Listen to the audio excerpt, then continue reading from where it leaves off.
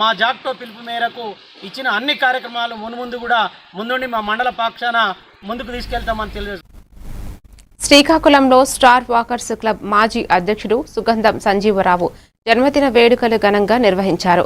ప్రభుత్వ డిగ్రీ కళాశాల ఆవరణలో జరిగిన ఈ కార్యక్రమంలో క్లబ్ సభ్యులు ప్రముఖులు పాల్గొని ఆయన సేవలను ప్రశంసించారు.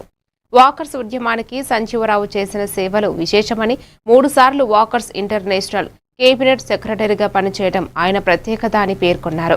భవిష్యత్తులో కూడా సంస్థ అభివృద్ధికి కృషి చేస్తానని సంజీవరావు తెలిపారు. కార్యక్రమంలో కొత్త సభ్యులతో ప్రమాణ స్వీకారం చేయించారు.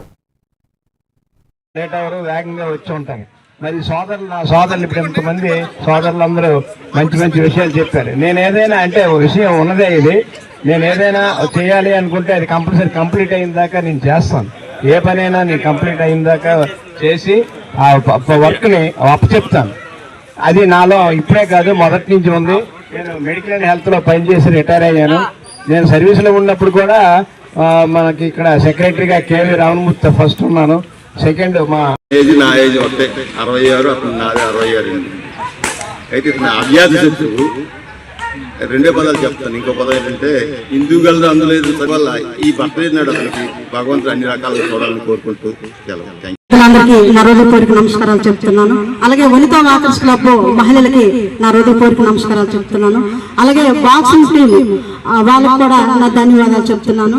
మరి సంజయరావు సారు ఎంత యాక్టివ్ గా ఉన్నారో మనందరికీ తెలిసిన విషయమే. అతను ఏంటంటే అతనిలో నాకు నచ్చింది ఇష్టం